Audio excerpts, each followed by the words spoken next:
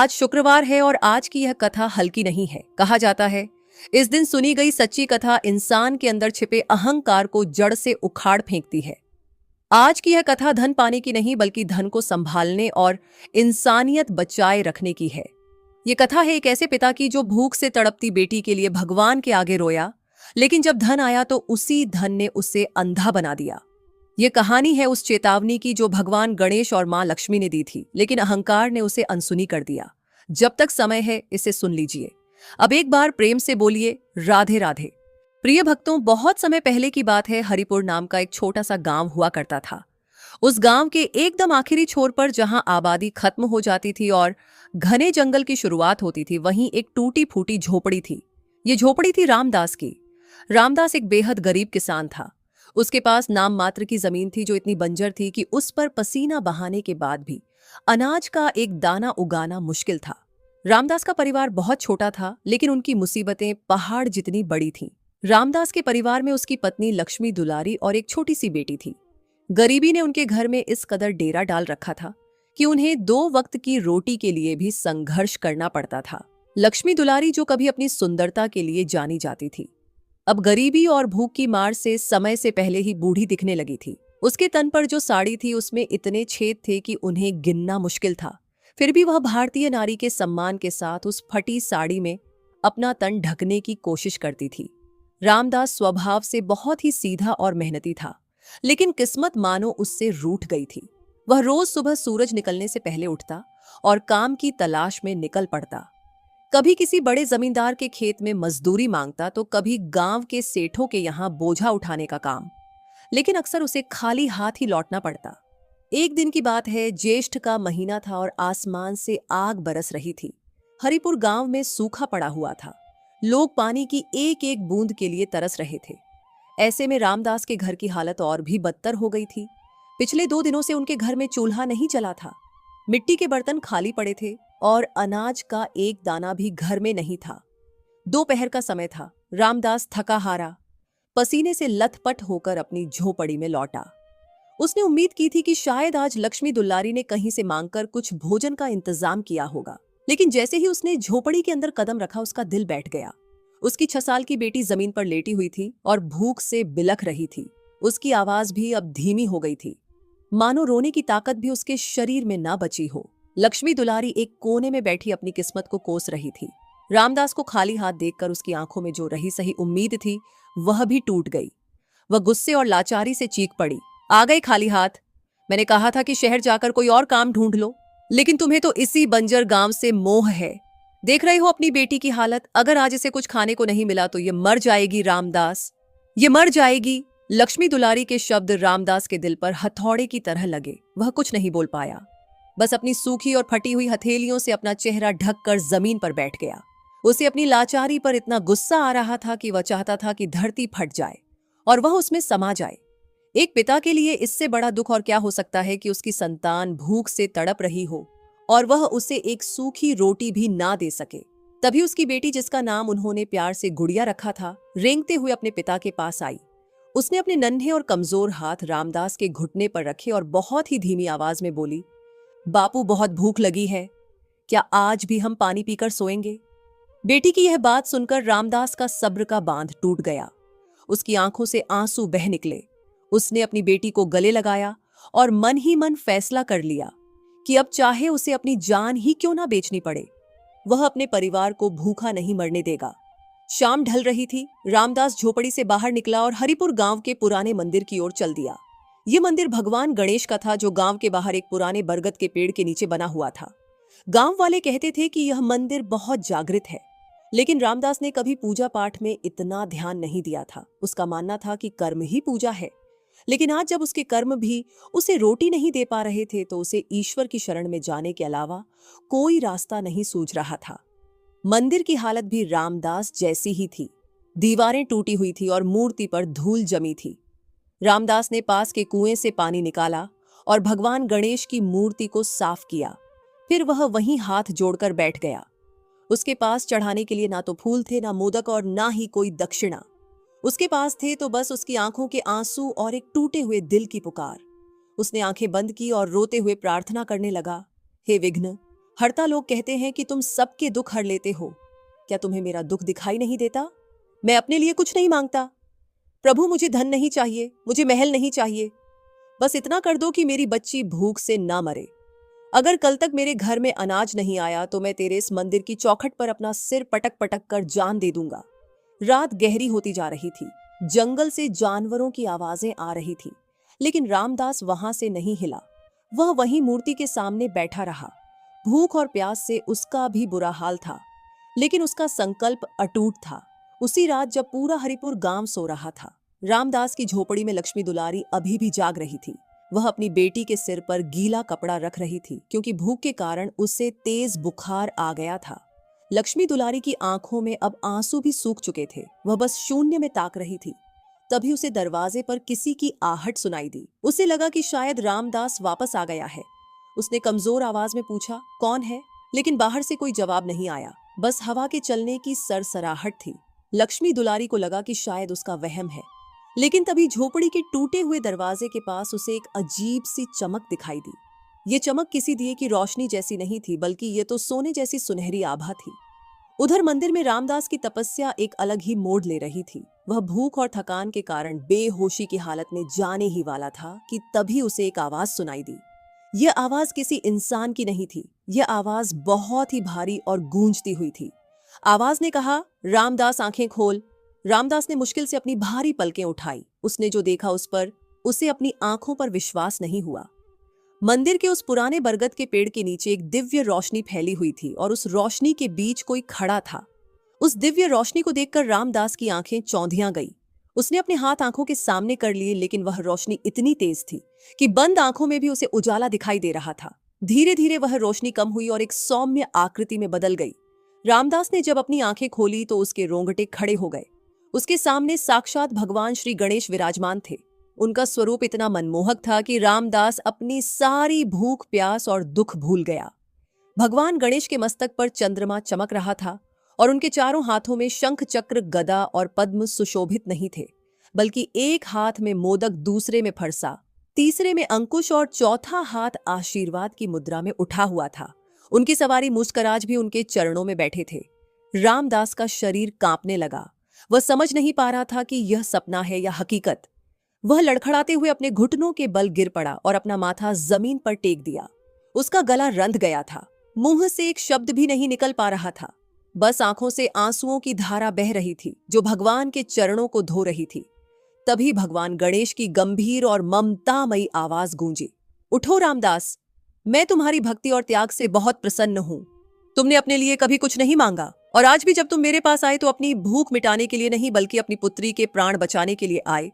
एक पिता का यह त्याग और एक भक्त का यह सरल भाव मुझे तुम्हारे पास खींच लाया है। रामदास ने कांपते हुए हाथ जोड़े और बोला, हे प्रभु, हे विघ्नहर्ता, मैं एक तुच्छ प्राणी हूं। मैंने जीवन भर कोई बड़ी पूजा नहीं की, कोई बड़ा अनुष्ठान नहीं किया, फिर भी आप मुझ जैसे पापी के सामने प्रकट हुए। मैं धन्य हो गया प्रभु, मैं धन्य हो गया। भगवान गणेश मुस्कुराए और बोले, रामदास, पूजा केवल मंत्रों और दिखावे से नहीं होती। सच्चा कर्म और दूसरों के प्रति दया भाव ही सबसे बड़ी पूजा है। तुमने अपनी गरीबी में भी कभी किसी का बुरा नहीं चाहा, अपनी मेहनत पर भरोसा रखा, लेकिन तुम्हारे पूर्व जन्म के कुछ कर्म शेष थे जिनका फल तुम्हें इस गरीबी के रूप में भोगना पड़ा। अब वह समय समाप्त हो चुका है। आज से तुम्हारे जीवन के सारे विघ्न, सारी बाधाएं मैं हर लेता हूं। इतना कहकर भगवान गणेश ने अपनी सूंड उठाई और रामदास के सिर पर फेर दी। उस स्पर्श मात्र से रामदास को लगा जैसे उसके शरीर में एक नई ऊर्जा दौड़ गई हो। उसकी सारी थकान, सारी कमजोरी पल भर में गायब हो गई। उसे ऐसा महसूस हुआ जैसे उसने अभी अभी छक कर भोजन किया हो। भगवान गणेश ने आगे कहा, रामदास, मैं तुम्हारे विघ्न हर सकता हूं, तुम्हें बुद्धि दे सकता हूं, लेकिन धन और वैभव प्रदान करना मेरी माता स्वरूपा देवी लक्ष्मी का कार्य है। आज बुधवार है जो मेरा दिन है, लेकिन आने वाला कल गुरुवार है जो श्री हरि और लक्ष्मी जी की कृपा का दिन है। तुम्हारी पत्नी लक्ष्मी दुलारी बहुत ही पतिव्रता और संतोषी स्त्री है। इस समय उसके पास भी एक दिव्य शक्ति पहुंची है। तुम घर जाओ। अपने घर के आंगन में जो तुलसी का सूखा हुआ पौधा है उसे उखाड़ना नहीं, बल्कि कल सुबह ब्रह्म मुहूर्त में उठकर उस पौधे के नीचे की मिट्टी को खोदना। वहां तुम्हें तुम्हारे पूर्वजों का आशीर्वाद मिलेगा। लेकिन याद रखना, रामदास, धन आने पर धर्म मत भूलना और सुख आने पर अतीत मत भूलना। इतना कहकर वह दिव्य रोशनी धीरे धीरे सिमटने लगी और देखते ही देखते भगवान गणेश अंतर्ध्य हो गए। रामदास वहां कुछ देर तक सुन बैठा रहा। उसे विश्वास नहीं हो रहा था कि अभी अभी उसने त्रिलोक के स्वामी से बात की है, लेकिन उसके शरीर में जो ताकत थी और मन में जो शांति थी वह गवाह थी कि यह कोई सपना नहीं था। उसने झुककर उस जगह की मिट्टी को माथे से लगाया और पागलों की तरह अपनी झोपड़ी की ओर दौड़ पड़ा। उधर झोपड़ी में एक अलग ही चमत्कार हो रहा था। लक्ष्मी दुलारी ने जो सुनहरी रोशनी देखी थी वह धीरे धीरे एक बूढ़ी औरत के रूप में बदल गई। वह औरत बहुत ही साधारण दिख रही थी। उसके कपड़े फटे पुराने थे, कमर झुकी हुई थी और हाथ में एक लकड़ी की लाठी थी, लेकिन उसके चेहरे पर एक अजीब सा तेज था जो लक्ष्मी दुलारी को बांधे हुए था। बूढ़ी औरत ने कांपती हुई आवाज में कहा, बेटी ओ बेटी, बहुत प्यास लगी है, क्या थोड़ा पानी मिलेगा? बहुत दूर से आ रही हूं, गला सूख रहा है। लक्ष्मी दुलारी की हालत खराब थी। घर में पीने का पानी सिर्फ एक लोटा बचा था जो उसने अपनी बीमार बेटी गुड़िया के लिए बचा कर रखा था। अगर वह पानी इस बूढ़ी औरत को दे देती तो उसकी बेटी प्यास से तड़प सकती थी। एक पल के लिए लक्ष्मी दुलारी का मन डोल गया, लेकिन फिर उसे अपने संस्कारों की याद आई। अतिथि देवो भव। उसके घर के दरवाजे पर कोई प्यासा आया हो और वह उसे खाली हाथ लौटा दे, ऐसा उसने कभी नहीं सीखा था। उसने मन ही मन भगवान को याद किया और सोचा, ईश्वर तू ही मेरी बेटी की रक्षा करना। उसने कांपते हाथों से वह लोटा उठाया और दरवाजे की ओर बढ़ी। उसने बड़े आदर से उस बूढ़ी औरत को पानी पिलाया। बूढ़ी औरत ने एक ही सांस में सारा पानी पी लिया और तृप्त होकर बोली, झुक झुक जियो बेटी, तेरा सुहाग अमर रहे। तूने आज अपनी ममता से बढ़कर अपने धर्म को चुना है। जिसका हृदय इतना विशाल हो वहां दरिद्रता ज्यादा दिन तक नहीं टिक सकती। जैसे ही उस बूढ़ी औरत ने खाली लोटा वापस लक्ष्मी दुलारी के हाथ में दिया, लक्ष्मी दुलारी को लगा कि लोटा भारी हो गया है। उसने नीचे देखा तो उसकी आंखें फटी की फटी रह गई। जो लोटा पीतल का था और कई जगह से पिचक गया था, अब वह सोने का बन चुका था और उसके अंदर पानी नहीं बल्कि खुशबूदार दूध भरा हुआ था। लक्ष्मी दुलारी घबरा गई। वह कुछ समझ पाती उससे पहले उसने सिर उठाकर देखा तो वह बूढ़ी औरत गायब थी। वहां सिर्फ उस सुनहरी रोशनी का एक हल्का सा निशान बाकी था। लक्ष्मी दुलारी के हाथ से वह सोने का लोटा छूटकर नीचे गिर पड़ा, लेकिन उसमें से दूध की एक बूंद भी नहीं छली। तभी दरवाजे पर जोर से कदमों की आवाज आई। रामदास हांफता हुआ अंदर घुसा। उसका चेहरा खुशी से चमक रहा था। उसने आते ही लक्ष्मी दुलारी के कंधे पकड़ लिए और बोला, लक्ष्मी लक्ष्मी, सब बदल गया। हमारे दुख के दिन बीत गए। स्वयं भगवान गणेश ने मुझे दर्शन दिए हैं। लक्ष्मी दुलारी अभी भी उस सोने के लोटे को देख रही थी। उसने कांपती उंगली से नीचे इशारा किया। रामदास की नजर जब उस सोने के लोटे पर पड़ी तो वह भी स्तब्ध रह गया। झोपड़ी के उस कच्चे गोबर लिपे फर्श पर वह सोने का लोटा किसी सूरज की तरह चमक रहा था। रामदास ने उस लोटे को उठाया। वह सचमुच सोने का था। उसने लक्ष्मी दुलारी की ओर देखा और पूछा, ये कहां से आया? लक्ष्मी दुलारी ने रोते हुए सारी बात बताई कि कैसे एक बूढ़ी औरत आई थी और कैसे यह चमत्कार हुआ। रामदास समझ गया कि वह बूढ़ी औरत कोई और नहीं बल्कि स्वयं साक्षात मां लक्ष्मी थी जो उनकी परीक्षा लेने आई थी। रामदास ने भगवान गणेश की बात याद की। उसने कहा, लक्ष्मी, भगवान गणेश ने कहा था कि तुम्हारे पास एक दिव्य शक्ति आई है। वे मां लक्ष्मी थी। उन्होंने हमें अपना आशीर्वाद दे दिया है, लेकिन असली चमत्कार अभी बाकी है। भगवान ने मुझे आंगन में तुलसी के पौधे के नीचे खोदने को कहा है। रात अभी बाकी थी। दोनों की आंखों से नींद गायब हो चुकी थी। बेटी गुड़िया अभी भी सो रही थी, लेकिन अब उसके चेहरे पर दर्द नहीं बल्कि सुकून था। शायद उस दिव्य दूध की खुशबू ने उसकी बीमारी को भी कम कर दिया था। रामदास और लक्ष्मी दुलारी ने वह दूध अपनी बेटी को पिलाया। दूध पीते ही गुड़िया ने आंखें खोली और मुस्कुरा दी। कई महीनों बाद उसके चेहरे पर यह रौनक लौटी थी। अब दोनों पति पत्नी को सुबह होने का इंतजार था। एक एक पल एक एक युग जैसा बीत रहा था। रामदास बार बार दरवाजे से बाहर झांकता कि कब आसमान में सूरज की पहली किरण दिखाई दे। उसके मन में हजारों सवाल थे।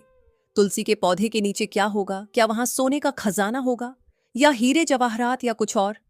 आखिरकार मुर्गे ने बांग दी। पूर्व दिशा में हल्का सा उजाला फैलने लगा। ब्रह्म मुहूर्त हो चुका था। रामदास ने कुदाल उठाई और लक्ष्मी दुलारी के साथ आंगन में उस सूखे हुए तुलसी के पौधे के पास पहुंचा। यह पौधा महीनों पहले पानी की कमी से सूख गया था। रामदास ने भगवान गणेश और मां लक्ष्मी का नाम लिया और कुदाल जमीन पर मारी। मिट्टी सख्त थी क्योंकि बारिश नहीं हुई थी, लेकिन रामदास के हाथों में आज न जाने कहां से इतनी ताकत आ गई थी कि वह लगातार खुदाई करता गया। लक्ष्मी दुलारी पास ही खड़ी दिल थामकर देख रही थी। करीब 2 हाथ गहरा खोदने के बाद कुदाल किसी धातु की चीज से टकराई। टन की आवाज आई। रामदास रुक गया। उसने और लक्ष्मी दुलारी ने एक दूसरे की ओर देखा। उनके दिल की धड़कनें तेज हो गईं। रामदास ने कुदाल छोड़ दी और हाथों से मिट्टी हटाने लगा। मिट्टी हटाते ही उन्हें एक तांबे का कलश दिखाई दिया। उसका मुंह एक लाल कपड़े से बंधा हुआ था। रामदास ने बड़ी सावधानी से उस कलश को बाहर निकाला। वह कलश बहुत भारी था। वे उसे लेकर झोपड़ी के अंदर आए। दिए की रोशनी में उन्होंने उस कलश को रखा। रामदास के हाथ कांप रहे थे। उसने धीरे धीरे कलश के मुंह पर बंधा लाल कपड़ा खोला। जैसे ही कपड़ा हटा, पूरा घर एक बार फिर रोशनी से भर गया। लेकिन यह रोशनी किसी जादू की नहीं थी, बल्कि उस कलश के अंदर भरे हीरे पन्ने और सोने के सिक्कों की थी। वह कलश ऊपर तक धन दौलत से भरा हुआ था। लक्ष्मी दुलारी ने अपना मुंह ढक लिया। वे दोनों इतने गरीब थे कि उन्होंने आज तक एक साथ 10 चांदी के सिक्के भी नहीं देखे थे, और आज उनके सामने अपार धन पड़ा था। लेकिन उस कलश के ऊपर एक भोजपत्र ताड़ का पत्ता रखा हुआ था, जिस पर कुछ लिखा था। रामदास ने वह पत्र उठाया। उस पर लाल स्याही से लिखा था, यह धन तुम्हारे और तुम्हारे परिवार के सुख के लिए है। लेकिन याद रखना, जिस दिन इस धन का उपयोग किसी गरीब को सताने या अहंकार दिखाने के लिए किया गया, उसी दिन से तुम्हारा विनाश शुरू हो जाएगा। इसका उपयोग धर्म और सेवा के लिए करना। रामदास ने वह पत्र पढ़ा और लक्ष्मी दुलारी से बोला, लक्ष्मी भगवान ने हमारी सुन ली। हम अब गरीब नहीं रहे। हम अब राजाओं की तरह जी सकते हैं। लेकिन यह तो बस शुरुआत थी। भगवान गणेश और मां लक्ष्मी की लीला अब भी शुरू हुई थी। यह धन रामदास के लिए वरदान साबित होगा या अभिशाप, यह तो आने वाला वक्त ही बताने वाला था। सुबह होते होते यह खबर जंगल की आग की तरह पूरे हरिपुर गांव में फैलने वाली थी कि गरीब रामदास के घर खजाना निकला है। और यहीं से शुरू होने वाला था रामदास के जीवन का एक नया अध्याय। रामदास और लक्ष्मी दुलारी उस खजाने को देखकर जितनी खुशी महसूस कर रहे थे, उतना ही डर भी उनके मन में बैठ गया था। कहते हैं कि गरीबी छिपाना मुश्किल है, लेकिन अमीरी छिपाना उससे भी ज्यादा मुश्किल होता है। उन्होंने तय किया कि वे इस बात का शोर नहीं मचाएंगे। रामदास ने उस भारी कलश को घर के एक कोने में गड्ढा खोदकर गाड़ दिया और ऊपर से एक पुरानी खाट बिछा दी। सूरज पूरी तरह निकल आया था। हरिपुर गांव अपनी रोज की दिनचर्या में जाग रहा था। किसी को खबर नहीं थी कि गांव के आखिरी छोर पर रहने वाला वह गरीब किसान अब इस गांव का सबसे अमीर आदमी बन चुका है। रामदास ने लक्ष्मी दुलारी से कहा, लक्ष्मी भगवान ने हमें यह धन दिया है, लेकिन हमें अपनी बुद्धि नहीं खोनी चाहिए। अभी किसी को मत बताना। मैं बाजार जाकर कुछ खाने का सामान और गुड़िया के लिए दवाई और कपड़े लाता हूँ। पेट की आग तो बुझानी ही पड़ेगी। रामदास अपनी वही फटी हुई धोती पहनकर और कंधे पर एक पुराना गमछा रखकर बाजार की ओर निकल पड़ा। उसकी जेब में आज फूटी कौड़ी नहीं थी, बल्कि उस कलश में से निकाला हुआ एक सोने का सिक्का था, जिसे उसने अपनी कमर में कसकर बांध रखा था। वह गांव के सबसे बड़े सेठ लाला धनीराम की दुकान पर पहुंचा। लाला धनीराम बहुत ही लालची और घमंडी आदमी था। कल ही उसने रामदास को अपनी दुकान से धक्के मारकर भगा दिया था। जैसे ही रामदास दुकान की सीढ़ियां चढ़ा, लाला धनीराम ने उसे दूर से ही देख लिया और चिल्लाया, अरे ओ रामदास, सुबह सुबह फिर आ गया उधार मांगने। मैंने कल ही कहा था कि जब तक पुराना हिसाब नहीं चुकाओगे एक दाना अनाज नहीं मिलेगा। चल भाग यहां से। बोहनी का समय खराब मत कर। रामदास आज डरा नहीं, ना ही उसकी नजरें झुकी। उसके चेहरे पर एक अलग ही आत्मविश्वास था। वह चुपचाप दुकान के काउंटर पर गया और उसने अपनी कमर से वह सोने का सिक्का निकाला और लाला के सामने लकड़ी के काउंटर पर रख दिया। सिक्के की खनक से लाला धनीराम की आंखें चुंधियां गई। उसने सिक्का उठाया, उसे उलट पुलट कर देखा, दांतों से दबाकर परखा। वह असली सोना था, और वह भी पुराने जमाने का, जिसकी कीमत आज के सोने से कई गुना ज्यादा थी। लाला धनीराम का व्यवहार गिरगिट की तरह बदल गया। जो लाला अभी उसे धक्के मारने की बात कर रहा था, वह तुरंत अपनी गद्दी से उठा और हाथ जोड़कर बोला, अरे रामदास भाई, तुम तो बुरा मान गए। मैं तो मजाक कर रहा था। आओ आओ अंदर बैठो, पानी लाओ भाई रामदास जी के लिए। बताओ क्या सेवा करूं? रामदास ने मन ही मन सोचा कि यह सम्मान मेरा नहीं, बल्कि मेरी जेब में रखे इस सोने के सिक्के का है। उसने शांत भाव से कहा, लाला जी, मुझे मेरे घर के लिए राशन चाहिए, चावल दाल घी आटा गुड़, और मेरी बेटी के लिए कुछ नए कपड़े चाहिए। और हाँ, जितना भी मेरा पुराना उधार है वह काट लो और बाकी पैसे मुझे दे दो। लाला ने तुरंत अपने नौकरों को आवाज लगाई। देखते ही देखते रामदास के सामने सामान का ढेर लग गया। जिस रामदास को लोग कल तक हिकारत की नजर से देखते थे, आज वही लोग उसे अचरज से देख रहे थे। रामदास ने सामान का एक बड़ा गट्ठर अपने सिर पर उठाया। लाला ने कहा भी कि वह नौकर भेज देता है, लेकिन रामदास ने मना कर दिया। वह चाहता था कि उसे अपनी जमीन और अपनी असलियत याद रहे। जब वह घर पहुंचा तो लक्ष्मी दुलारी ने देखा कि उसका पति ढेर सारा सामान लाया है। उस दिन महीनों बाद उनके घर में छक्कर खाना बना। पूरियों की खुशबू जब उठी तो आसपास के पड़ोसियों को भी पता चल गया कि रामदास के घर आज त्योहार जैसा माहौल है। गुड़िया ने पेट भर खाना खाया और नए कपड़े पहनकर वह किसी राजकुमारी से कम नहीं लग रही थी। शाम होते होते यह खबर पूरे हरिपुर में आग की तरह फैल गई कि रामदास को कहीं से गढ़ा हुआ धन मिला है। लोग तरह तरह की बातें करने लगे। कोई कहता कि उसने चोरी की है तो कोई कहता कि उस पर जिन्न की मेहरबानी है। लेकिन रामदास ने उन बातों पर ध्यान नहीं दिया। उसे भगवान गणेश और उस चेतावनी वाले पत्र की बात याद थी। उसने सबसे पहला काम यह किया कि अगले ही दिन गांव के मजदूरों को बुलाया और उस पुराने गणेश मंदिर का मरम्मत शुरू करवा दिया। रामदास ने खुद खड़े होकर मंदिर की दीवारें पक्की करवाई, उस पर रंग रोगन करवाया और पूरे विधि विधान से भगवान गणेश की पूजा करवाई।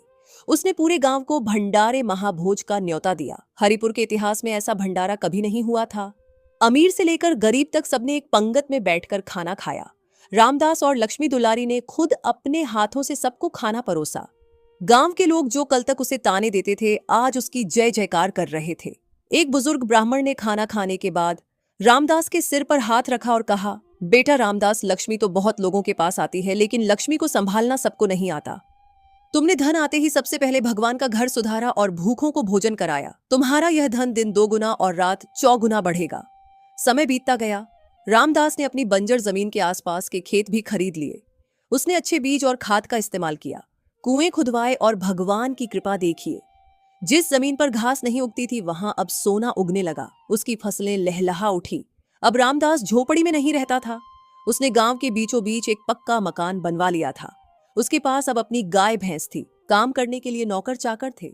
लक्ष्मी दुलारी के तन पर अब फटी साड़ी नहीं बल्कि बनारसी साड़ियां होती थी और गले में सोने के गहने। लेकिन इस सब के बीच एक चीज धीरे धीरे बदल रही थी। शुरुआत में रामदास हर काम भगवान का नाम लेकर करता था।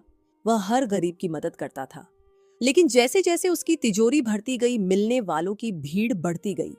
आसपास के गांव के जमींदार और रसूखदार लोग अब उसके घर आने जाने लगे थे। वे लोग रामदास की झूठी तारीफें करते। वे कहते, अरे रामदास जी, आप तो राजा आदमी हैं। आपकी किस्मत तो आपने खुद बनाई है। भगवान तो सबको देता है लेकिन बुद्धि तो अपनी होती है। धीरे धीरे मीठे जहर की तरह ये बातें रामदास के दिमाग में घर करने लगी। उसे लगने लगा कि शायद ये सब उसकी अपनी मेहनत का ही फल है। वह भूलने लगा कि एक रात वह कैसे भूख से तड़प रहा था और कैसे भगवान गणेश ने उसे वह खजाना दिया था। एक दिन की बात है, हरिपुर में एक बहुत बड़ा मेला लगा। रामदास अब गांव का सबसे प्रतिष्ठित व्यक्ति बन चुका था, इसलिए उसे मेले का मुख्य अतिथि बनाया गया। वह एक सजी धजी बैलगाड़ी में बैठकर मेले में पहुंचा। लोग उसके स्वागत के लिए फूल मालाएं लेकर खड़े थे। उस भीड़ में उसका पुराना मित्र दीना भी खड़ा था। दीना और रामदास बचपन में साथ खेले थे और गरीबी के दिनों में दीना ने कई बार रामदास को अपनी रोटी तोड़कर खिलाई थी। दीना आज भी गरीब था। अपने पुराने दोस्त को इतना बड़ा आदमी बना देख उसकी आंखों में खुशी के आंसू थे। दीना भीड़ को चीरते हुए आगे बढ़ा और उसने रामदास की बैलगाड़ी के पास जाकर आवाज लगाई, रामदास, अरे भाई रामदास। रामदास ने मुड़कर देखा। उसने दीना को पहचान लिया। उसके फटे कपड़े और धूल से सना चेहरा देखकर एक पल के लिए रामदास के मन में पुराना प्रेम जागा। लेकिन तभी उसने देखा कि आसपास दूसरे गांव के बड़े जमींदार खड़े उसे देख रहे हैं। रामदास के मन में अहंकार का एक काला साया पड़ा। उसने सोचा, अगर मैंने इस भिखारी जैसे दिखने वाले आदमी को गले लगाया तो इन रईसों के सामने मेरी क्या इज्जत रह जाएगी। रामदास ने दीना को पहचानने से इनकार कर दिया। उसने अपने अंगरक्षक से कहा, हटाओ इस पागल को रास्ते से, पता नहीं कौन है, मुंह उठाए चला आता है। दीना सन रह गया। उसे अपने कानों पर विश्वास नहीं हुआ। अंगरक्षक ने दीना को धक्का देकर पीछे गिरा दिया। दीना धूल में गिर पड़ा, लेकिन उसे चोट शरीर पर नहीं बल्कि दिल पर लगी थी। उसने जाते हुए रामदास की गाड़ी को देखा और उसकी आंखों से आंसू निकल पड़े। उसने मन ही मन कहा, रामदास, धन ने तेरी गरीबी तो मिटा दी लेकिन लगता है तेरी याददाश्त और इंसानियत भी मिटा दी। ये रामदास के पतन की पहली सीढ़ी थी। वह भूल गया था कि खजाने के साथ उसे एक चेतावनी भी मिली थी, जिस दिन अहंकार आएगा विनाश शुरू हो जाएगा। रामदास घर लौटा तो उसे अपनी इस हरकत पर कोई पछतावा नहीं था, बल्कि उसे लगा कि उसने अपना रुतबा बनाए रखा। उस रात उसने पहली बार मंदिर में जाकर दिया नहीं जलाया। उसने सोचा, अब तो मैं खुद इतना सक्षम हूं, रोज रोज क्या मांगना। वहीं दूसरी तरफ उसकी बेटी गुड़िया अब बड़ी हो रही थी। वह बहुत ही संस्कारवान और विदुषी बन रही थी।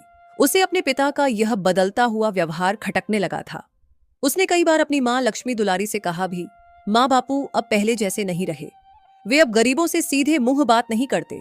लक्ष्मी दुलारी जो खुद पतिव्रता थी, उसने बात को टाल दिया। नहीं बेटी, काम का बोझ ज्यादा है, इसीलिए कभी कभी चिढ़ जाते हैं। दिल के बुरे नहीं है तेरे बापू। लेकिन लक्ष्मी दुलारी भी अंदर ही अंदर डर रही थी। उसे वह बूढ़ी औरत माँ लक्ष्मी की याद आ रही थी। उसे डर था कि कहीं लक्ष्मी चंचला होकर चली ना जाए। कुछ साल और बीते। अब रामदास सिर्फ एक अमीर किसान नहीं था। उसने अपनी दौलत के बल पर आसपास के कई गांवों की जमीनें खरीद ली थी। राजा के दरबार तक उसकी पहुंच हो गई थी। उसने अपना नाम बदलकर राम सिंह रख लिया था। एक दिन राजा के यहां से संदेश आया। राज्य पर पड़ोसी शत्रु देश का खतरा मंडरा रहा था और राजा को आर्थिक मदद की जरूरत थी। रामदास ने मौका देखकर राजा के पास संदेश भिजवाया कि वह शाही खजाने में इतना धन देगा कि राजा पूरी सेना का खर्चा उठा सकेंगे, लेकिन बदले में उसे उस क्षेत्र का सामंत या छोटा राजा घोषित किया जाए। राजा को धन की सख्त जरूरत थी। उन्होंने रामदास की शर्त मान ली और इस तरह वह गरीब किसान रामदास, जो कभी 2 वक्त की रोटी के लिए तरसता था, अब आधिकारिक रूप से राजा राम सिंह बन गया। ढोल नगाड़ों के साथ यह घोषणा हुई। रामदास के घर के आगे अब हाथी झूमते थे। उसने एक भव्य महल बनवाना शुरू किया जो पुराने किले से भी ऊंचा था। लेकिन जैसे जैसे महल की दीवारें ऊंची हो रही थीं, रामदास के पाप का घड़ा भी बढ़ता जा रहा था। अब वह मंदिर के सामने से गुजरता तो सिर झुकाना तो दूर, उसकी तरफ देखता भी नहीं था। उसने गांव वालों पर कर लगाना शुरू कर दिया। वही गांव वाले जिन्होंने उसे सम्मान दिया था, अब उससे डरने लगे थे। और फिर वह काली रात आई जिसने रामदास के जीवन को हमेशा के लिए बदलने की नींव रखी। एक रात उसे सपना आया। सपने में उसे वही गणेश मंदिर दिखाई दिया, लेकिन वह मंदिर अब खंडहर बन चुका था और मंदिर के अंदर से रोने की आवाज आ रही थी। रामदास हड़बड़ाकर नींद से जागा। उसका पूरा शरीर पसीने से लथपथ था। उसके बगल में लक्ष्मी दुलारी सो रही थी। रामदास ने पानी पिया और सोचा, यह बस एक बुरा सपना है। लेकिन उसे नहीं पता था कि यह सपना नहीं बल्कि आने वाले समय की चेतावनी थी। अगली सुबह जब रामदास सोकर उठा तो रात का वह डरावना सपना उसके दिमाग से धुंधला हो चुका था। सूरज की किरणें उसके आलीशान शयन कक्ष में मखमली पर्दों से छन कर आ रही थी। नौकर चांदी की तश्तरी में उसके लिए बादाम और दूध लेकर खड़े थे। रामदास ने उस सपने को महज एक वहम मानकर झटक दिया। उसने सोचा, भला मेरा विनाश कौन कर सकता है? अब तो मैं स्वयं राजा हूं।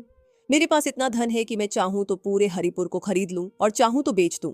उस दिन रामदास ने अपने दरबार में एक बहुत बड़ा ऐलान करने का फैसला किया था। उसकी बेटी गुड़िया अब विवाह योग्य हो गई थी। रामदास ने तय किया था कि वह अपनी बेटी की शादी किसी साधारण घर में नहीं बल्कि पड़ोसी राज्य के राजकुमार विक्रम सिंह से करेगा। विक्रम सिंह एक बहुत ही क्रूर और अय्याश राजकुमार था। उसकी बदनामी दूर दूर तक फैली हुई थी। लोग कहते थे कि विक्रम सिंह के लिए स्त्रियां सिर्फ भोग की वस्तु है और वह अपनी प्रजा पर बहुत अत्याचार करता है। लेकिन रामदास को इन बातों से कोई फर्क नहीं पड़ता था।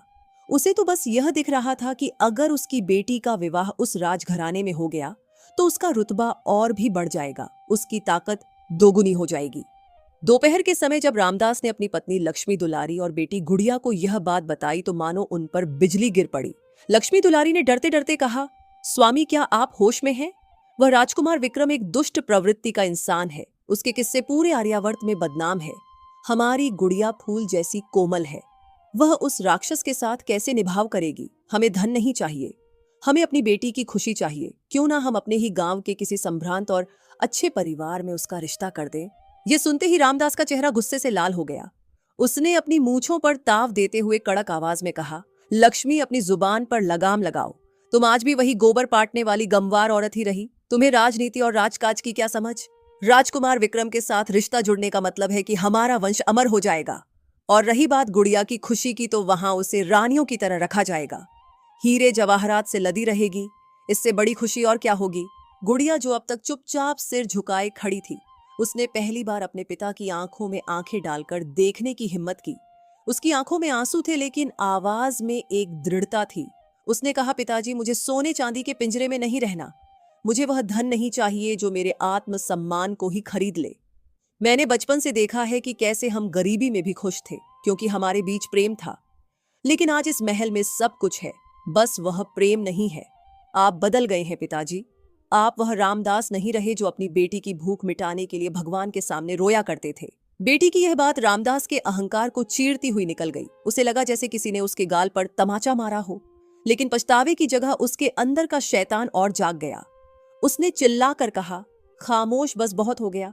मैं इस घर का मुखिया हूं और अब इस क्षेत्र का राजा भी। मेरा फैसला ही आखिरी फैसला होगा। अगले हफ्ते बुधवार को ही तुम्हारी सगाई राजकुमार विक्रम से होगी और यह सगाई इतनी भव्य होगी कि दुनिया देखेगी। लक्ष्मी दुलारी और गुड़िया एक दूसरे को देखकर रोने लगी, लेकिन रामदास वहां से पैर पटकता हुआ बाहर निकल गया। रामदास ने अपनी जिद पूरी करने के लिए तैयारियों के आदेश दे दिए। उसने अपने महल के निर्माण कार्य का जायजा लेने के लिए एक चक्कर लगाया। उसका महल गांव की सबसे ऊंची जगह पर बन रहा था। जब वह महल की छत पर खड़ा होकर अपने राज्य को देख रहा था, तो उसकी नजर दूर गांव के बाहर उस पुराने बरगद के पेड़ और उसके नीचे बने गणेश मंदिर पर पड़ी। वह मंदिर अब रामदास के भव्य महल के सामने बहुत छोटा और पुराना दिख रहा था। रामदास को अचानक वह मंदिर अपनी आंखों में खटकने लगा। उसे लगा कि यह पुराना टूटा फूटा मंदिर उसके महल की खूबसूरती को बिगाड़ रहा है। उसके महल की खिड़की से यह बदसूरत दृश्य नहीं दिखना चाहिए।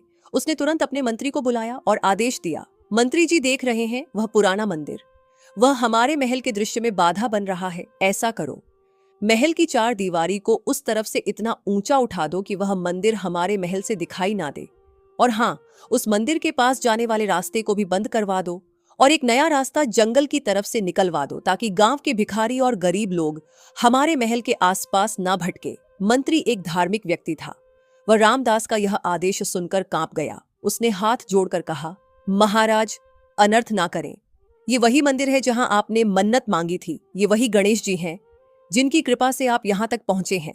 उस मंदिर का रास्ता रोकना या उसे अपनी नजरों से ओझल करना साक्षात दुर्भाग्य को न्योता देना है। रामदास हंसा, एक बहुत ही अहंकारी और डरावनी हंसी। उसने कहा, तुम मुझे सिखाओगे कि दुर्भाग्य क्या होता है? अरे मूर्ख, वह मेरी मेहनत थी, मेरी किस्मत थी। वह पत्थर की मूर्ति तो बस एक संयोग था। जाओ, जो आदेश दिया है उसका पालन करो, वरना तुम्हारा सिर धड़ से अलग कर दिया जाएगा। मंत्री ने डर के मारे सिर झुका लिया और आदेश का पालन करने चला गया। उसी दिन से मंदिर के सामने एक ऊंची दीवार का निर्माण शुरू हो गया, मानो रामदास भगवान और अपने बीच एक दीवार खड़ी कर रहा था। बुधवार का दिन आ गया, गुड़िया की सगाई का दिन। पूरा महल फूलों और रोशनी से सजाया गया था। ढोल नगाड़े बज रहे थे। दूर दूर से राजा महाराजा और अमीर लोग दावत में आए थे। खाने पीने की इतनी चीजें थी कि किसी ने आज तक देखी भी नहीं थी। मदिरा पानी की तरह बह रही थी। रामदास अपने सिंहासन पर बैठा था। उसने कीमती हीरों का हार पहन रखा था। वह हर आने जाने वाले को बड़े गर्व से देख रहा था। तभी महल के मुख्य द्वार पर कुछ शोर हुआ। पहरेदारों ने एक बूढ़े भिखारी को रोका हुआ था। वह भिखारी बहुत ही दयनीय हालत में था। उसके कपड़े तार तार थे और शरीर पर घाव थे। वह बार बार कह रहा था, मुझे राजा साहब से मिलने दो, मैं उन्हें आशीर्वाद देने आया हूं। आज बुधवार है, गणेश जी का दिन है, मुझे बस थोड़ा सा भोजन दे दो। पहरेदारों ने उसे धक्का दिया, भाग यहां से, आज यहां राजाओं की महफिल है, भिखारियों का काम नहीं। शोर सुनकर रामदास का ध्यान उस तरफ गया। वह गुस्से में अपनी गद्दी से उतरा और द्वार की तरफ आया।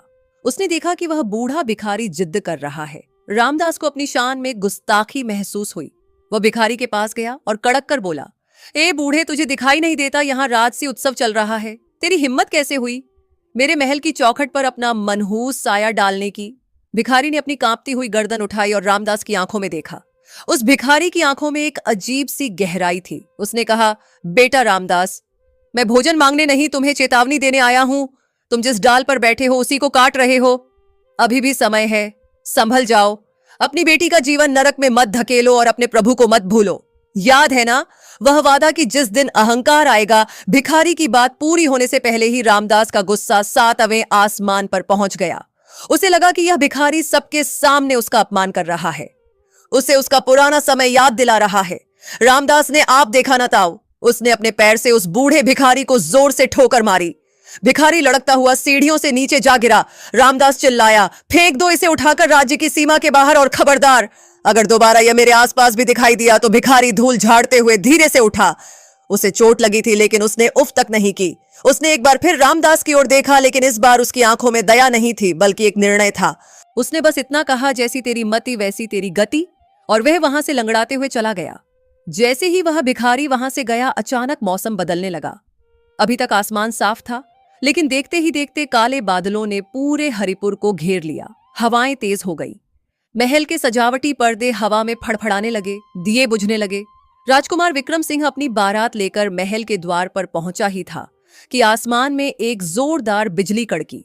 इतनी तेज आवाज हुई कि महल की नींव तक हिल गई। हाथियों और घोड़ों में भगदड़ मच गई। अंदर लक्ष्मी दुलारी और गुड़िया अपने कमरे में थी। गुड़िया दुल्हन के जोड़े में बैठी रो रही थी। तभी लक्ष्मी दुलारी ने खिड़की से बाहर देखा। उसने देखा कि जिस दिशा में वह भिखारी गया था वहां एक अजीब सी लाल रोशनी चमक रही है। लक्ष्मी दुलारी का दिल जोर से धड़का। उसे वह पुरानी रात याद आ गई जब मां लक्ष्मी बूढ़ी औरत के रूप में आई थी। उसने गुड़िया का हाथ पकड़ा और बोली, बेटी मुझे लगता है आज कुछ बहुत बुरा होने वाला है। तेरे पिता ने जरूर कोई महापाप कर दिया है। आज बुधवार है और आज ही के दिन उन्होंने किसी याचक को खाली हाथ नहीं लौटाना चाहिए था। बाहर मंडप में अफरा तफरी मच गई थी। तेज आंधी के कारण मंडप का एक खंभा टूटकर गिर पड़ा, ठीक वहीं जहां राजकुमार विक्रम बैठने वाला था। विक्रम बाल बाल बचा, लेकिन उसका राज मुकुट गिरकर मिट्टी में मिल गया।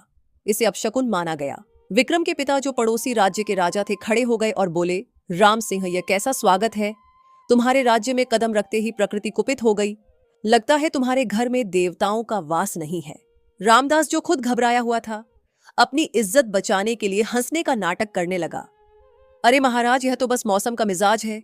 देवता तो मुझ पर मेहरबान है, तभी तो आज मैं यहां हूं। आप बैठिए, मैं अभी सब ठीक करवाता हूं। लेकिन कुछ भी ठीक नहीं होने वाला था।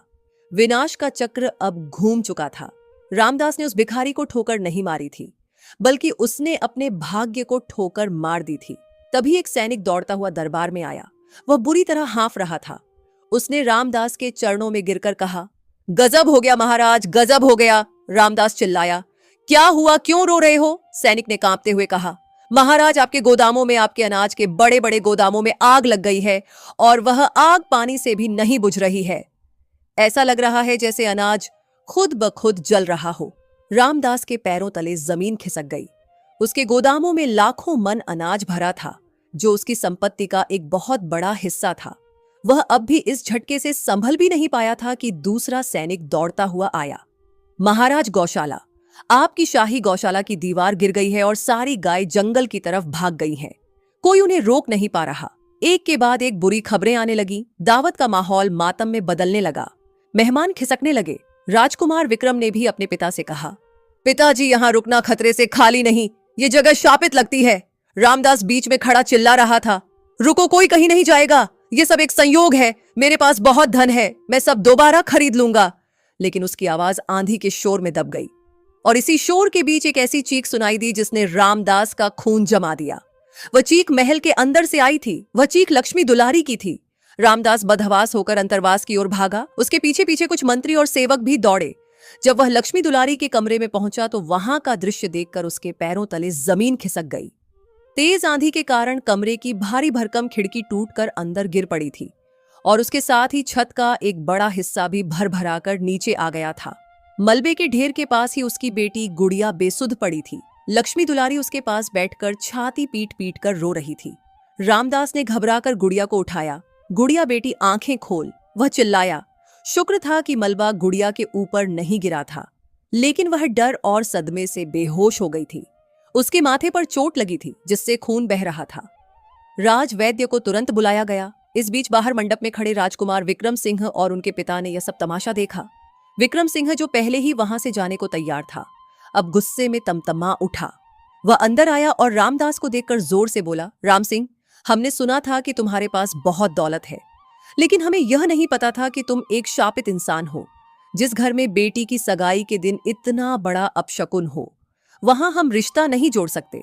रामदास ने अपनी बेहोश बेटी को छोड़कर विक्रम सिंह के पैर पकड़ लिए। उसका अहंकार अभी भी नहीं टूटा था। उसे बस अपनी नाक कटने का डर था। उसने गिदगिदाते हुए कहा, नहीं राजकुमार, ऐसा मत कहिए। ये तो बस एक दुर्घटना है। मेरी बेटी ठीक हो जाएगी। मैं आपको वचन देता हूँ, दहेज में मैं आपको इतना सोना दूंगा कि आपके हाथी भी नहीं उठा पाएंगे। आप रिश्ता मत तोड़िए, मेरी इज्जत का सवाल है। विक्रम सिंह ने घृणा से अपना पैर पीछे खींच लिया। उसने रामदास को एक कीड़े की तरह देखा और बोला, इज्जत? तुम जैसे लोग जो धन के बल पर नाम बदलते हैं, उनकी कोई इज्जत नहीं होती। और रही बात सोने की, तो हमारे पास तुम्हारे जैसे 10 सामंतों को खरीदने की ताकत है। हमें अपशकुनी बहू नहीं चाहिए। चलो पिताजी। विक्रम सिंह और उसके पिता अपने सैनिकों के साथ वहां से चले गए। बारात बैरंग लौट गई। सजे धजे मंडप में सन्नाटा पसर गया। मेहमान भी धीरे धीरे खिसक गए। जो लोग कल तक रामदास की जय जयकार कर रहे थे, आज वे ही दबी जुबान में कह रहे थे, जरूर इसने कोई पाप किया होगा। तभी भगवान का कहर टूटा है। रात गहरी हो गई थी, आंधी और तूफान थम चुका था, लेकिन रामदास की जिंदगी में तूफान अभी शुरू हुआ था। गुड़िया को होश आ गया था, लेकिन वह बहुत कमजोर थी। वह अपनी मां की गोद में सिर रखकर रो रही थी। उसका रिश्ता टूटने का दुख उसे कम था, लेकिन जिस तरह से उसके पिता का अपमान हुआ, वह उसे साल रहा था। रामदास अपने कक्ष में अकेला बैठा शराब पी रहा था। उसकी आंखों में आंसू नहीं बल्कि खून उतर आया था। उसे अपनी गलती का एहसास नहीं हो रहा था, बल्कि उसे उस भिखारी पर और अपनी पत्नी पर गुस्सा आ रहा था। वह बड़बड़ाया, सब उस मनहूस बुढ़िया लक्ष्मी दुलारी के रोने धोने का नतीजा है, और वह भिखारी जरूर वह कोई जादू टोना करके गया है। नहीं तो मेरे गोदामों में आग कैसे लगती, मेरी गायें कैसे भागती। तभी उसका मुनीम अकाउंटेंट रोता हुआ वहां आया। उसके कपड़े जले हुए थे और चेहरा कालिक से पुता था। मुनीम ने कांपते हुए कहा, मालिक, सब खत्म हो गया। गोदामों में रखा सारा अनाज जलकर राख हो गया है। हमने बहुत कोशिश की, लेकिन आग बुझी ही नहीं। और तो और अस्तबल के सारे उम्दा घोड़े भी डरकर भाग गए हैं या मर गए हैं। रामदास ने शराब का प्याला दीवार पर दे मारा। वह चीखा, तो मैं क्या करूं? तुम सब निकम्मे हो। जाओ खजाने से पैसा निकालो और नया अनाज खरीदो, नए घोड़े खरीदो। मेरे पास पैसों की कोई कमी नहीं है। मुनीम सिर झुकाकर चला गया। रामदास ने सोचा कि उसे खुद जाकर अपने गुप्त खजाने को देखना चाहिए। उसे अपने उस कलश पर बहुत भरोसा था, जो उसने जमीन के नीचे गाड़ रखा था और जिससे उसका धन कभी खत्म नहीं होता था। वह लड़खड़ाते कदमों से उस गुप्त कमरे की ओर गया, जहां उसने वह कलश छिपाया था। उसने कांपते हाथों से ताला खोला। अंदर अंधेरा था। उसने मशाल जलाई। उसने देखा कि वह कलश अपनी जगह पर ही रखा था। रामदास की जान में जान आई। उसने सोचा, जब तक यह कलश मेरे पास है, मैं पूरी दुनिया को खरीद सकता हूं। विक्रम सिंह क्या चीज है? मैं अपनी बेटी की शादी राजा से करवाऊंगा। उसने कलश का कपड़ा हटाया और अपना हाथ अंदर डाला, लेकिन जैसे ही उसने मुट्ठी भरकर सिक्के बाहर निकाले, उसकी चीख निकल गई। उसके हाथ में सोने के सिक्के नहीं थे, उसके हाथ में काले कोयले के टुकड़े थे। रामदास की आंखें फटी की फटी रह गई। उसने पागलों की तरह कलश को उलट दिया। कलश से ढेरों हीरे पन्ने और सोने की अशर्फियां गिरने की बजाय काली राख और कोयले के टुकड़े जमीन पर गिर पड़े। नहीं नहीं, यह नहीं हो सकता। रामदास जोर जोर से चिल्लाने लगा। वह उन कोयलों को अपने सीने से लगाकर रोने लगा। मेरा सोना, मेरा खजाना, यह कैसे हो सकता है? यह जरूर कोई सपना है। उसकी आवाज सुनकर लक्ष्मी दुलारी दौड़ती हुई वहां आई। उसने देखा कि रामदास राख के ढेर में बैठा पागलों की तरह हंस रहा है और रो रहा है। लक्ष्मी दुलारी समझ गई कि क्या हुआ है। वह धीरे से उसके पास गई और बोली, स्वामी, संभल जाइए, यह भगवान का संकेत है। लक्ष्मी चंचला होती है, वह अहंकार के घर में नहीं टिकती। आपने उस दिन भिखारी को नहीं, साक्षात भाग्य विधाता को ठोकर मारी थी। अभी भी समय है, प्रायश्चित कर लीजिए। रामदास ने झटके से लक्ष्मी दुलारी को धक्का दिया। लक्ष्मी दुलारी दीवार से जा टकराई। रामदास की आंखों में अब पागलपन सवार था। वह चिल्लाया, चुप कर मनहूस औरत, ये सब तेरी वजह से हुआ है। तूने ही उस दिन उस बुढ़िया को पानी पिलाया था। तूने ही कोई काला जादू किया है ताकि मेरा धन मिट्टी हो जाए। तू मेरी तरक्की से जलती है। लक्ष्मी दुलारी को चोट लगी थी, लेकिन उसे अपने पति की बुद्धि भ्रष्ट होने का ज्यादा दुख था। उसने हाथ जोड़कर कहा, स्वामी, मैं तो आपकी अर्धांगिनी हूं। मैं आपका बुरा क्यों चाहूंगी? धन गया तो गया। हम फिर से मेहनत करेंगे। हमारे पास हाथ पैर हैं। हमारे पास हमारी बेटी है। चलिए, हम फिर से खेती करेंगे। भगवान गणेश हमें माफ कर देंगे। खेती रामदास ने हिकारत से कहा, मैं राजा राम सिंह हूं। मैं खेती करूंगा कभी नहीं। मेरे पास अभी भी बहुत कुछ है। ये महल है, जमीनें हैं, मैं सब बेच दूंगा, लेकिन खेती नहीं करूंगा। मैं फिर से व्यापार करूंगा और देखना, उस विक्रम सिंह के राज्य को खरीद लूंगा। रामदास का पतन शुरू हो चुका था, लेकिन उसका अहंकार अभी भी 7वें आसमान पर था। उसे लग रहा था कि वह अपनी बुद्धि से सब ठीक कर लेगा। उसे यह नहीं पता था कि जब विनाश काले विपरीत बुद्धि होती है, तो इंसान को सही सलाह भी दुश्मन की चाल लगती है। अगले कुछ दिन हरिपुर में अजीब घटनाएं हुई। रामदास ने अपना खोया हुआ धन वापस पाने के लिए प्रजा पर अत्याचार बढ़ा दिए। उसने किसानों से 2 गुना लगान टैक्स मांगना शुरू कर दिया। उसने सोचा कि लोगों को लूट कर वह फिर से अपनी तिजोरी भर लेगा। गांव के लोग त्राही कर उठे। जो रामदास कभी उनका मसीहा था, आज वह यमराज बन चुका था। एक दिन गांव के बुजुर्गों की एक टोली रामदास के महल में फरियाद लेकर आई। उनमें वो पुराना दोस्त दीना भी था, जिसे रामदास ने पहचानने से इनकार कर दिया था। दीना ने आगे बढ़कर कहा, मालिक, गांव में सूखा पड़ा है, फसलें बर्बाद हो गई हैं। हम 2 गुना लगान कहां से देंगे? हमारे बच्चों के पास खाने को कुछ नहीं है। रहम कीजिए। रामदास अपने सिंहासन पर बैठा हुक्का का गुड़गुड़ा रहा था। उसने दीना को देखा। उसे वह पुराना अपमान याद आ गया। उसने सोचा ये वही है जिसने उस दिन मेले में मेरी बेइज्जती करवाई थी। रामदास ने क्रूरता से कहा, अगर लगान नहीं दे सकते तो अपनी जमीनें मेरे नाम कर दो, और अगर जमीन नहीं है तो अपने घर बार बेच दो। मुझे मेरा पैसा चाहिए। कल शाम तक अगर लगान नहीं आया तो मैं पूरे गांव में आग लगवा दूंगा। बुजुर्गों ने बहुत मिन्नतें की, लेकिन रामदास का दिल पत्थर हो चुका था। उसने अपने सैनिकों से कहकर उन सबको धक्के मारकर बाहर निकलवा दिया। दीना ने जाते जाते मुड़कर देखा और कहा, रामदास, तुमने आज फिर गरीबों की हाय ली है। याद रखना, गरीब की हाय लोहे को भी भस्म कर देती है। तुम आग लगाने की बात करते हो, देख लेना यह आग तुम्हारे ही घर को जलाकर खाक कर देगी। रामदास हंसा। जाओ जाओ, बहुत देखे हैं तुम्हारे जैसे भविष्य बताने वाले। लेकिन रामदास को नहीं पता था कि दीना की बात कितनी सच होने वाली थी। उसी रात गुड़िया की तबीयत अचानक बहुत ज्यादा बिगड़ गई। उसे तेज बुखार ने जकड़ लिया। वह बड़बड़ाने लगी। वैद्य आए, हकीम आए, लेकिन किसी की दवा असर नहीं कर रही थी। वैद्य ने नाड़ी देखकर रामदास से कहा, महाराज, यह कोई साधारण बीमारी नहीं है। बेटी के प्राण संकट में हैं। ऐसा लगता है कि इनके जीने की इच्छा खत्म हो गई है। केवल ईश्वर ही अब कुछ कर सकता है। रामदास घबरा गया। पैसा, सोना, चांदी सब धरा का धरा रह गया। उसकी इकलौती बेटी उसके सामने मौत से लड़ रही थी। लक्ष्मी दुलारी मंदिर में जाकर सिर पटक रही थी, लेकिन रामदास मंदिर नहीं गया। उसे अब भी लग रहा था कि वह पैसों से बड़े वैद्य को बुला लेगा। उसने शहर से बड़े डॉक्टरों को बुलाया, पानी की तरह पैसा बहाया। जो बचा खुचा था उसने अपनी जमीनें गिरवी रखनी शुरू कर दी ताकि इलाज का खर्च उठा सके। लेकिन गुड़िया की हालत बिगड़ती ही गई। एक रात गुड़िया ने अपनी आंखें खोली। कमरे में रामदास और लक्ष्मी दुलारी बैठे थे। गुड़िया ने बहुत ही धीमी आवाज में अपने पिता को बुलाया। बापू। रामदास तुरंत उसके पास गया। हाँ बेटी, मैं यही हूं, तू ठीक हो जाएगी। मैंने शहर से दवाई मंगवाई है। गुड़िया ने धीरे से अपना सिर हिलाया। उसने कांपते हाथ से रामदास का हाथ पकड़ा। उसका हाथ बर्फ जैसा ठंडा था। बापू, मुझे दवाई नहीं चाहिए, गुड़िया ने रुक रुक कर कहा। मुझे मेरा पुराना बापू चाहिए, वो बापू जो मुझे कंधे पर बिठाकर घुमाता था, वो बापू जो हमारे लिए रोता था। ये राजा राम सिंह नहीं, मुझे मेरा गरीब किसान रामदास चाहिए। क्या आप वापस वो बन सकते हैं? रामदास की आंखों में आंसू आ गए। वह कुछ बोल नहीं पाया। गुड़िया ने एक गहरी सांस ली और बोली, बापू, अहंकार छोड़ दो, मां को कभी मत सताना। और बात पूरी होने से पहले ही गुड़िया की गर्दन एक तरफ लुढ़क गई। उसकी सांसें थम गई। वह हाथ जो रामदास ने पकड़ रखा था बेजान हो गया। महल में कोहराम मच गया। लक्ष्मी दुलारी की चीख ने आसमान को चीर दिया। रामदास पत्थर की मूर्ति की तरह बैठा रहा। उसकी बेटी, जिसके लिए उसने यह सब किया था, जिसके लिए उसने इतना पाप कमाया था, आज वह उसे छोड़कर चली गई थी। गुड़िया की मौत ने रामदास की रही सही दुनिया भी उजाड़ दी। महल के उस आलीशान कमरे में जहां कभी खुशियों के गीत गाए जाने थे, वहां अब मौत का सन्नाटा पसरा था। रामदास अपनी बेटी के शव के पास पत्थर बना बैठा था। उसकी आंखों से आंसू सूख चुके थे। लक्ष्मी दुलारी, जो अपनी बेटी के बिना एक पल भी नहीं रह सकती थी, इस सदमे को बर्दाश्त नहीं कर पाई।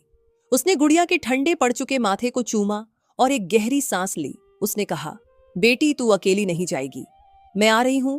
और इसी के साथ लक्ष्मी दुलारी ने भी वहीं अपनी बेटी के शव के पास ही अपने प्राण त्याग दिए। उसका दिल फट गया था। एक ही रात में रामदास ने अपना सब कुछ खो दिया। उसका धन पहले ही कोयला बन चुका था और अब उसका परिवार भी उसे छोड़कर चला गया। अगले दिन जब श्मशान घाट पर 2 चिताएं एक साथ जली तो पूरा हरिपुर गांव वहां मौजूद था। लेकिन लोगों की आंखों में रामदास के लिए सहानुभूति कम और उसके कर्मों का डर ज्यादा था। रामदास ने कांपते हाथों से अपनी पत्नी और बेटी को मुखाग्नि दी। आग की लपटों के साथ उसका अहंकार भी झलकर राख हो रहा था। जैसे ही अंतिम संस्कार खत्म हुआ, गांव के साहूकार और राजा के सैनिक वहां आ पहुंचे। उन्होंने रामदास को घेर लिया। एक अधिकारी ने कहा, राम सिंह, तुमने राजा को धोखा दिया है। तुमने जो सोना देने का वादा किया था वह झूठ था। तुम्हारे खजाने में सिर्फ कोयला मिला है।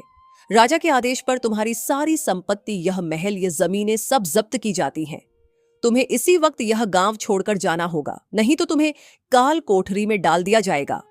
रामदास ने कोई विरोध नहीं किया। वह जानता था कि यह सब उसके पापों का फल है।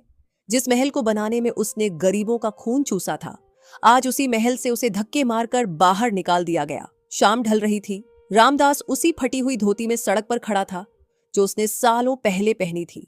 उसके तन पर ना गहने थे, ना रेशमी कपड़े। उसके पास ना रहने को घर था, ना खाने को रोटी, और ना ही उसे सांत्वना देने वाला कोई अपना। भूख और प्यास से बेहाल होकर वह गांव के एक घर के सामने गया और हाथ फैलाकर बोला, माई बहुत भूख लगी है, थोड़ा पानी दे दो। संयोग देखिए, ये वही घर था जहां रामदास ने लगान वसूली के लिए अत्याचार किया था। घर की मालकिन बाहर आई। उसने रामदास को पहचाना। उसके हाथ में एक लोटा पानी था।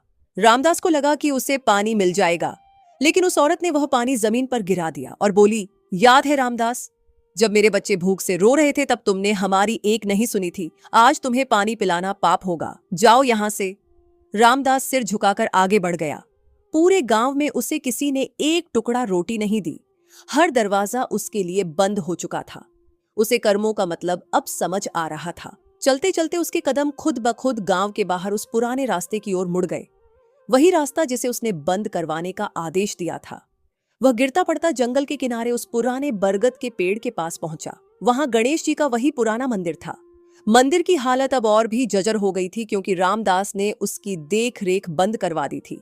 लेकिन मंदिर के अंदर एक दिया टिमटिमा रहा था। रामदास घिसटते हुए मंदिर की सीढ़ियां चढ़ा। आज बुधवार था, वही दिन जब सालों पहले उसने यहीं बैठकर पहली बार मन्नत मांगी थी।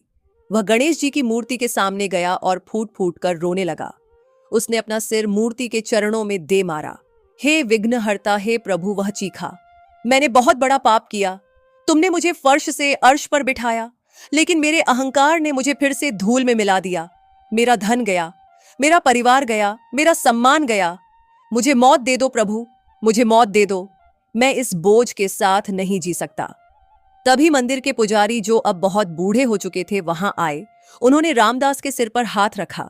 पुजारी ने कहा, बेटा रामदास, मौत मांगना आसान है, लेकिन प्रायश्चित करना कठिन। भगवान गणेश और मां लक्ष्मी ने तुम्हें यह जीवन एक सबक के रूप में दिया है। तुमने धन को ही सब कुछ मान लिया था, जबकि असली धन तो संतोष और परोपकार था। रामदास ने रोते हुए पूछा, तो मैं क्या करूं बाबा? मेरे पापों का प्रायश्चित कैसे होगा? पुजारी ने कहा, अपना शेष जीवन इसी मंदिर की सेवा में लगा दो। जिस मंदिर को तुम अपनी नजरों से हटाना चाहते थे, अब उसी मंदिर की धूल साफ करो। आने वाले भक्तों की सेवा करो। अपनी कहानी सबको सुनाओ ताकि भविष्य में कोई दूसरा रामदास अपने अहंकार में अंधा होकर अपना सर्वनाश न कर ले। रामदास ने उसी क्षण कसम खाई। उसने अपने अमीर होने के सारे सपने त्याग दिए। उस दिन के बाद से हरिपुर के लोगों ने एक अजीब नजारा देखा। एक बूढ़ा आदमी जिसकी कमर झुकी हुई थी, वह रोज सुबह सूरज निकलने से पहले उठता, पूरे मंदिर परिसर में झाड़ू लगाता, कुएं से पानी खींचकर मूर्ति को नहलाता और जंगल से फूल चुनकर लाता। वह मंदिर आने वाले हर भक्त के आगे हाथ जोड़कर खड़ा रहता और बस एक ही बात कहता, भाइयों बहनों, भगवान से कभी सिर्फ धन मत मांगना, साथ में उसे संभालने वाली सद्बुद्धि भी मांगना, क्योंकि बिना बुद्धि के आया हुआ धन विनाश का कारण बनता है।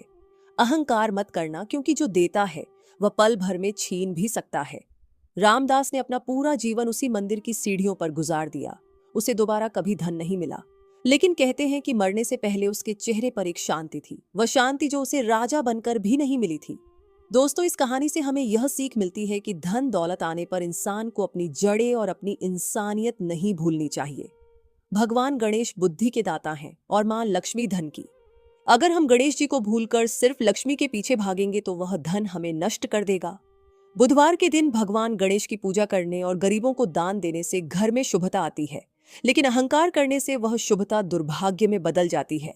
बोलो विघ्नहर्ता गणेश भगवान की जय, माता लक्ष्मी की जय। दर्शक बंधु, अब हम खुद की आवाज में भगवान गणेश और मां लक्ष्मी की संपूर्ण आरती को सुनेंगे, तो आप भी इस आरती को हृदय से सुनिए। जय जय लक्ष्मी माता, कमल आसन शोभित माता, करुणा बरसाओ हम पर। सुख समृद्धि दो माता, सुख समृद्धि दो माता। ओम जय लक्ष्मी माता, जय जय लक्ष्मी माता। धन वैभव की तुम दात्री, धन वैभव की तुम दात्री, विघ्न सभी हरने वाली। जय जय लक्ष्मी माता। घर घर दीप जलाओ माँ, कष्ट करो तुम काली माँ, कष्ट करो तुम खाली माँ। जय जय लक्ष्मी माता, जय जय लक्ष्मी माता।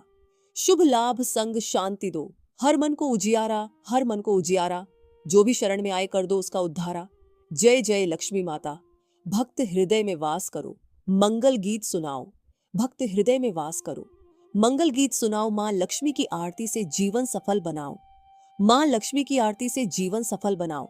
जय जय माँ लक्ष्मी माता, माता जय जय माँ लक्ष्मी माता, जीवन सफल बनाओ।